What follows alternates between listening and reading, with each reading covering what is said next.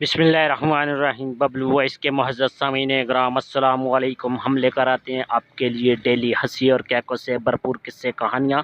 शुरू करते हैं आज का किस्सा, लेकिन उससे पहले तमाम दोस्तों से मुअद्दबाना गुजारिश है, अगर आपने हमारा चैनल अभी तक सब्सक्राइब नहीं किया तो हमारे चैनल को सब्सक्राइब करके साथ मौजूद घंटी के बटन को दबा दें। इस तरह हमारी न्यू वीडियो की अपडेट आपको मिलती रहेगी।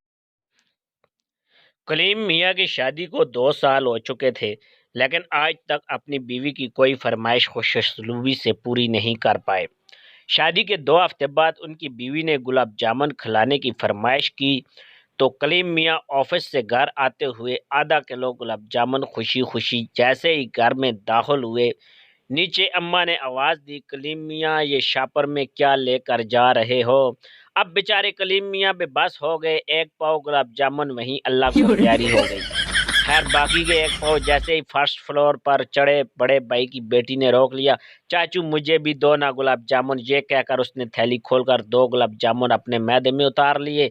सेकंड फ्लोर पर छोटी भाभी को खुशबू आ गई और थैली खाली हो गई। थर्ड फ्लोर पर जब अपने कमरे में खाली हाथ दाखिल हुए तो उनकी नई नवेली दुल्हन ने खफा होकर मुंह फेर लिया। कलीम मियाँ ने पूरे 2 घंटे गाने गाकर उसे मनाया, तब जाकर वो इस शर्त पर मानी कि अगले दिन कलीम मियाँ उसके लिए फ्रेस्को के मशहूर दही बल्ले लेकर आएंगे।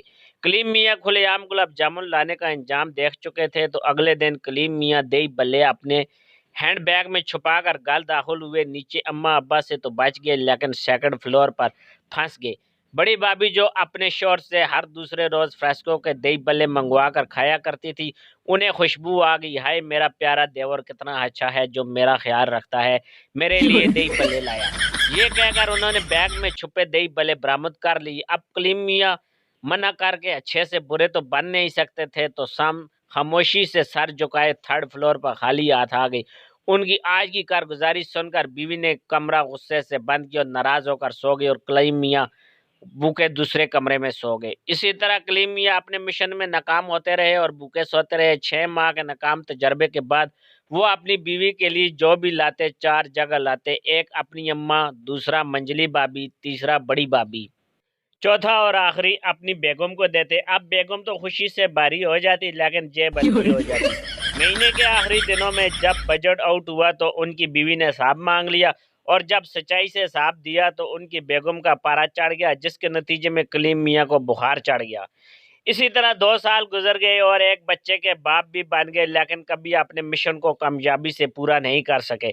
2 दिन कबल उनकी बीवी ने दिल पसंद के अखरोट वाले हबशी हलवे की फरमाइश की, और साथ अल्टीमेटम भी दिया कि अगर आधा किलो हबशी हलवा मुझ तक सही सलामत नहीं पहुंचा तो तुम अपना बोरिया बिस्तर अपने भाइयों के घर में ही डाल लेना, और खबरदार जो किसी और के लिए लाए। कलीम मियाँ ये अल्टीमेटम सुनकर पसीने पसीने हो गए और अपने नाकाम मिशन को कामयाब बनाने की तरकीब सोचने लगे। दिमाग की चवले जब हिल गई तो मजबूर होकर अपने बाप की खिदमत में हाजिर दी और सारा माजरा बताकर हाथ जोड़कर कहने लगे, अब्बा अब आप भी कोई तरकीब बताइए कि मुझे अपना बोरिया बिस्तर समेटना ना पड़े।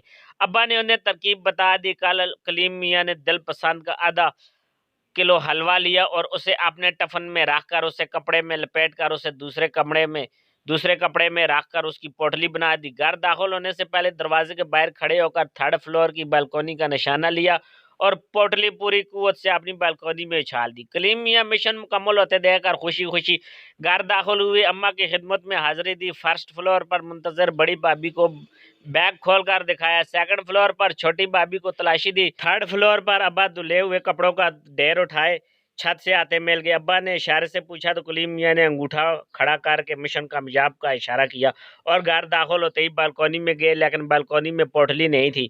बेगम से पूछा तो बताया कि अब्बा अभी 5 मिनट पहले ही वो कपड़े की पोटली लेकर गए हैं। कलीम मियाँ दौड़े दौड़े नीचे गए और देखकर आंखों के ढीले बाहर निकल आए। अब्बा बड़े प्यार से अम्मा को हबशी हलवा खिला रहे थे।